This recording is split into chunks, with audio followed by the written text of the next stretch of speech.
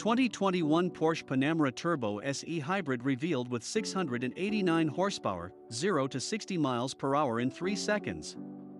If you want the power of a Porsche that seats more than two comfortably that isn't an SUV, the Panamera has been the go-to car from the German automaker.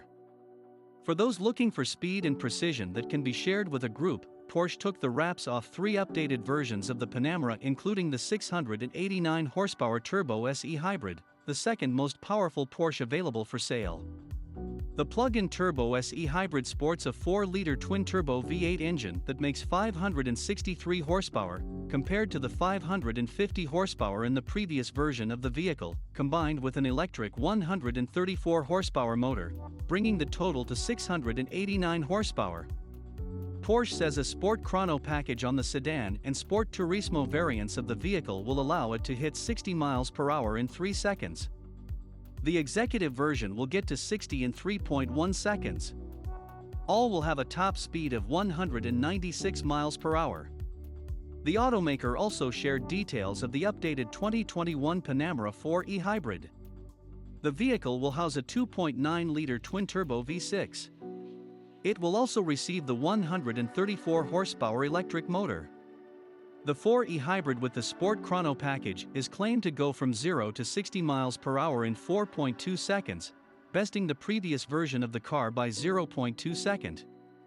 This brings Porsche's Panamera plug-in hybrid count to 3, including the already unveiled Panamera 4 SE Hybrid. Each is available as a sedan, a long-wheelbase executive model, or a wagonesque Sport Turismo.